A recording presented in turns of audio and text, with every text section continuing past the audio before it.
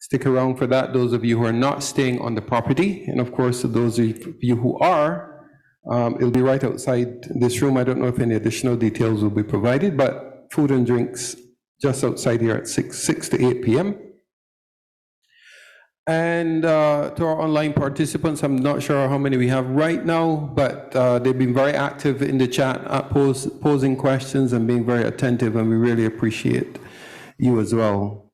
A very special thanks to our sponsors, the Caribbean Development Bank, the Financial Services Commission, the Central Bank of Barbados, Z-Money, and we want to thank MIST as well for giving us support in hosting this event. Really appreciate the support that MIST and all the other sponsors have been able to give to us. So we started off today very early with some very engaging remarks from our Attorney General. We're really happy that he took the time to speak with us today about the importance of legislation in driving policy and protecting consumers.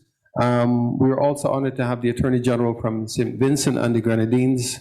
And it shows you, I guess, the level of importance that they have placed on this particular topic and the understanding that they have in how it enables the development of digital economies, which is the essence of our workshop here today.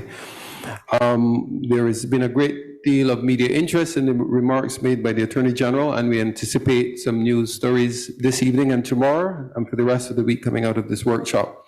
Other speakers today, of course, focus on various topics such as measuring the digital economies by the UN Capital Development Fund with a focus on inclusiveness, in particular using fintech and other technologies, e-money, to bridge the digital gap and to be inclusive. A very engaging presentation as well on intellectual property. Of course, that is one of the foundational pieces of building a digital economy. How do you protect people's intellectual property and ensure that they are free to share and thrive in this new digital environment without the fear of piracy or theft, intellectual property theft. We had also very engaging panel discussion on fintech and regulatory sandboxing as opposed to sandbagging. And we're very pleased that we were able to have a presentation from the CEO of or participation of the CEO of the Financial Services Commission, which is one of our sponsors, John Outridge, from a remote participant from Trinidad and Tobago International Financial Center, and Felicity, who is the country manager for Z-Money, one of the new mobile money providers here in Barbados, and who is trying to do business in the Caribbean. And you heard some of the challenges that they have and the need for these sandboxes that allow these companies to operate or play in the market, as it were, without doing any harm to consumers. Very engaging discussion as well from the Caribbean Competition Commission, from Navia. I always have difficulty pronouncing. And yes, promoting competition within the Caribbean, fair and open competition, and how do we deal with companies that are not necessarily, that they're doing business here in the region, but they're not registered here. Big tech companies in particular is of concern, especially as they play within the ICT industry space. And unfortunately, as her slide showed, that there are still many member states who don't really have strong competition legislation, and I think that's a gap that we really need to bridge. The telecoms legislative frameworks, presentations from the Telecoms Authority of Trinidad and Tobago. We heard about the Universal Service Fund and how that could be leveraged, how they are leveraging it to bridge the digital divide in Trinidad. And we see that in Trinidad's case, the use of the USF is a good solution for helping us to do that, and is a good model which we can emulate.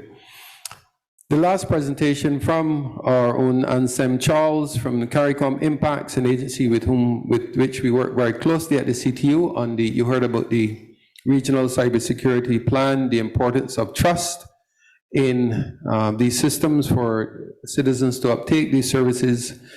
some of the challenges that they face on a daily basis. And I'm well aware as well of the resource constraints, in particular, when we talk about cyber security and cyber crime. Impacts deals with a number of traditional security issues, guns and drugs and all of these different things. So cybersecurity falls somewhere in that spectrum, and there's a need, I know, for additional resources to bring to bear if we are to fight this global problem. You will be receiving more extensive reports. The sessions are recorded, and we have rapporteurs that will help us. And in terms of developing the final outcomes from the workshops, but this was just a recap for today. Tomorrow promises to be very engaging. I am chairing a panel. I'm chairing a panel tomorrow. So if you miss everything else, make sure. Come for that one. But no, they're all very, very engaging. We have Sophie Madden's presenting tomorrow, all the way from the International Telecommunications Union, and several other very engaging speakers. So thank you for your time and attention. Is there any other housekeeping matters? Okay, I see a hand though.